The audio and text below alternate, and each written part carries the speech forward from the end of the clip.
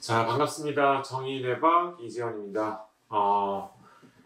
자, 오늘은 제가, 환자분들을 치료하면서 이제 보는 어떤 관점? 저는 정신과 전문의가 먼저 되고 난 다음에, 카이스트에서 뇌공학 박사를 이제 수료를 하고 박사학위를 땄어요. 그러다 보니까 조금 더 그 사람의 뭐 자란 환경이나 부모하고의 관계나 이런 것보다 뇌를 더 보고 그 뇌를 좀 건강하게 만들어드리는 치료 쪽으로 이렇게 많이 관점을 좀 바꿔서 접근을 하고 있습니다. 자, 그래서 뭐 쉽게 말씀을 드린다면은 보통 우리는 우울증이라고 다 알고 있지만 이 우울증을 안을 들여다보면 이게 도파민이 부족해서 우울증이 생기기도 하고 세로토닌이 부족해서 우울증이 생기기도 하고 이 원인이 좀 다른 거예요. 그래서 그냥 우울한 증상만 가지고 우울증 진단을 내리게 되면 이 사람이 도파민 때문에 우울증이 왔는지 세로토닌 때문에 우울증이 왔는지를 잘 모릅니다. 그래서 시행착오를 하게 되어 있죠. 저희 병원에 오시게 되면 이제 5종 검사라고 한 5가지 정도 검사, 뇌파 검사를 포함한 검사를 하시게 돼요. 그래서 이걸 통해서 제가 어떤 관점으로 환자분을 평가를 하고 치료를 하는지를 간단하게 말씀을 드린다면, 자, 이렇게 이제 뇌가 있고 뇌 안에는 신경세포들이 있고 그 안에는 유전자가 있고 이렇게 될 거예요. 그러나 누구나 이제 가지고 태어난 이제 기질이라는 게 있습니다. 이거는 유전적으로 결정이 되고 살면서 죽을 때까지 변하지 않는 게 유전적인 기질이겠죠. 그래서 이런 유전적인 기질 중에는 이렇게 이제 도파민에 관련된 수용체가 어떤 분들은 효율이 좋아가지고 도파민을 잘 달라붙게 해서 도파민이 조금만 있어도 효과가 충분히 나오게 되는 이런 아주 효율성이 높은 도파민 수용체를 가지고 태어난 분도 있고 또 어떤 분들은 도파민 수용체가 도파민을 잘 붙이지 못해요. 자, 그래서 도파민이 많이 있어도 도파민이 조금 효과가 약한 이런 수용체의 효율성이 조금 떨어지는 유전적인 기질을 가지고 태어난 분도 있어요. 근데 이 도파민이 행복 호르몬이다 보니까 이 위에 계신 분들은 조금만 도파민이 있어도 나는 기분이 좋고 안정이 되겠죠. 그래서 이제 이런 분들은 타고 태어난 기질상 글쎄 이렇게 말씀드리면 좀 그럴 수도 있는데 약간은 게을러지는 성향을 갖게 돼요.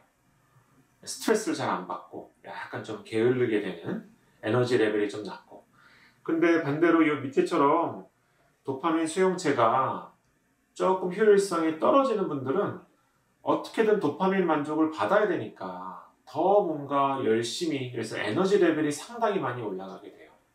그래서 뭔가 아이디어도 많고 하고 싶은 것도 많고 일 벌리는 것도 좋아하고 이런 성향이 되게 되는 거죠. 그래서 우리나라에는 도파민 수용체가 이렇게 효율성이 좋은 사람도 있고 중간인 사람도 있고 효율성이 떨어지는 사람도 있고 여러 가지 사람들이 복합이 되어 있는 거겠죠? 자, 그거를 그러면은 어떻게 알 수가 있느냐? 보통은 이거를 무슨 뭐 유전자 검사 이런 것들을 하기는 매우 어렵기 때문에 이 기질 및 성격 검사라고 하는 검사를 통해서 이런 유전적인 정보의 특징을 알아내게 돼요. 그래서 기질 및 성격 검사에 노벨티 시킹, 자극 추구라고 하는 성향이 매우 높아져 있는 분이 있어요.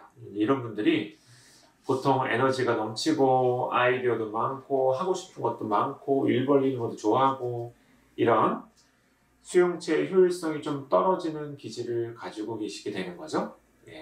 자, 근데 이런 분일수록 내가 도파민이 많이 나온다면 상관이 없는데 도파민 부족에 취약해지게 되는 거죠. 도파민이 충분히 많은 상태에서는 아무 문제가 되지 않습니다. 아무 문제가. 자, 근데 도파민이 점점 떨어지는 상태가 문제예요. 만약에 이 위에 있는 분은 도파민 10개만 만족한다라고 보고 이 밑에 있는 분은 도파민이 30개는 있어야 만족을 한다라고 봤을 때 효율성이 떨어져서, 자, 도파민이 지금 15개면 어떻겠어요? 15개면은 이 위에 있는 분은 전혀 아무런 어려움이 없어요. 왜냐하면 나는 10개면 충분하기 때문에. 근데 이 밑에처럼 효율성이 떨어지는 분은 내가 도파민이 절반이 떨어져 나간 것처럼 부족함을 느끼게 되겠죠. 자, 그래서 이게 유전적으로 결정이 된 기질이고요. 예.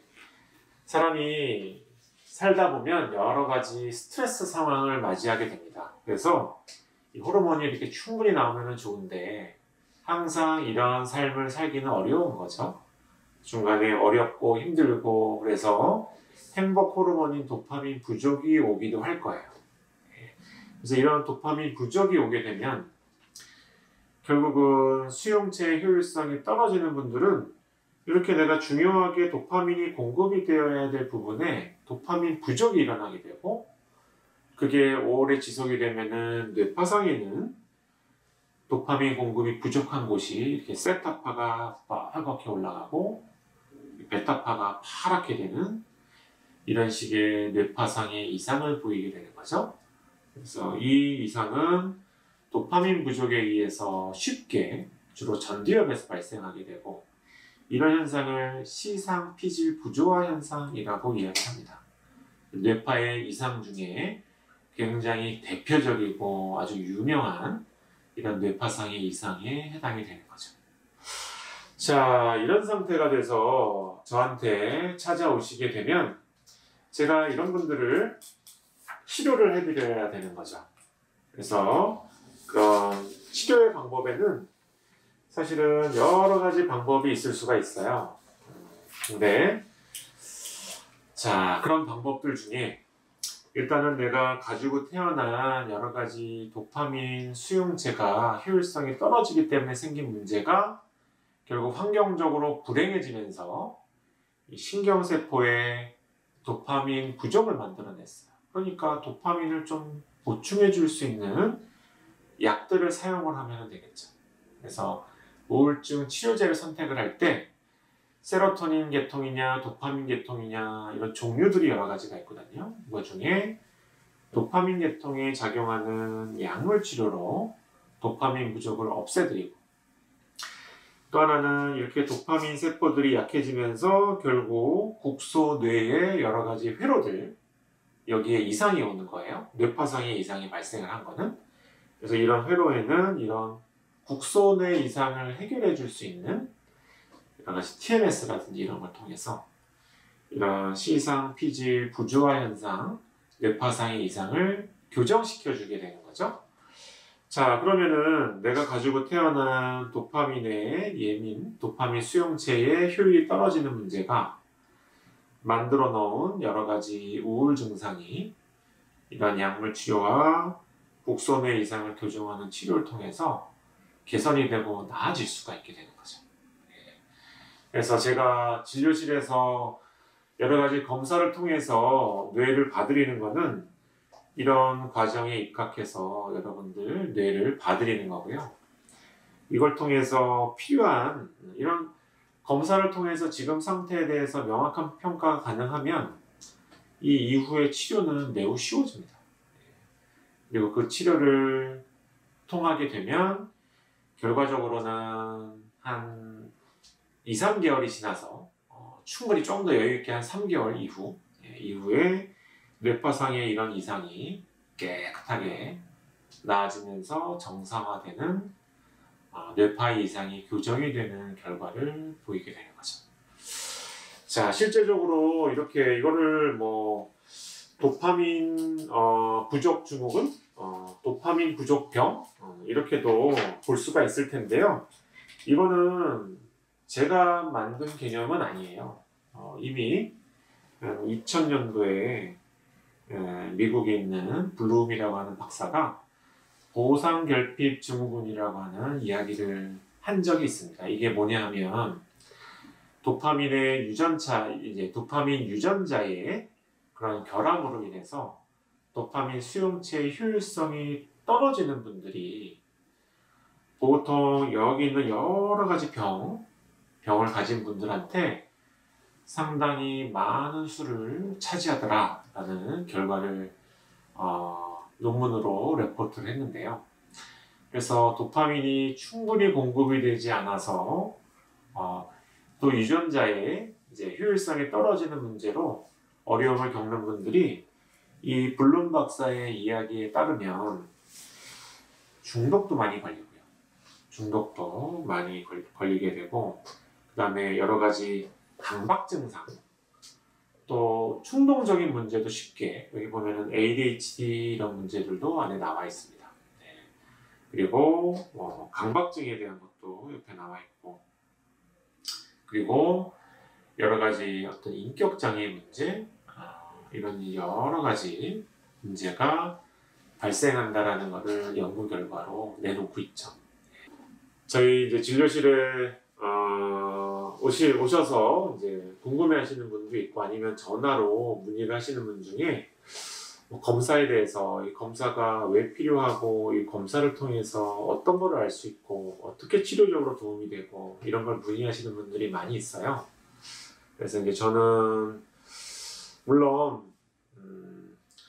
와서 뭐 가족 내 갈등의 문제라든지 여러 가지 스트레스 상황에 대한 조언도 뭐 제가 해드릴 수 있는 한 해드릴 수 있지만, 제가 조금 더 집중적이고 주의 깊게 보는 거는 이분이 과연 도파민이나 세로토닌 수용체가 얼마나 효율적인 분인지가 가장 궁금하고요. 그걸 여러 가지 검사를 통해서 알 수 있으면 제가 훨씬 더 그분에게 맞는 치료적인 접근을 이제 해드릴 수가 있기 때문에, 기본적으로 몇 가지 어떤 검사가 진료할 때 매우 도움이 되는 거죠. 자, 그래서 저희 이제 이지브레인에서 이제 이니트라고 하는 치료를 시행을 하고 있어요. 이거를 각 지점 다른 원장님들도 점점 배우고 익숙해져 가고 있으신데, 이게 바로 이제 이런 겁니다. 그분이 유전적인 어떤 소인을 저희가 검사를 통해서 알아내고, 또 뇌파 검사로 어느 부분에 어떤 이상이 있는지를 알게 되면은 굉장히 좀 과학적인 이런 치료적인 접근이 가능한 거죠. 자, 그래서 이지브레인의 치료는 이 이니트가 이제 기본이 돼서 치료적인 접근을 해드린다. 요거를 설명을 해드렸고요. 자, 그래서 검사에 대해서 궁금하셨던 분들에게 좀 도움이 되셨으면 좋겠습니다. 자, 오늘 내용은 여기서 마치겠습니다. 감사합니다.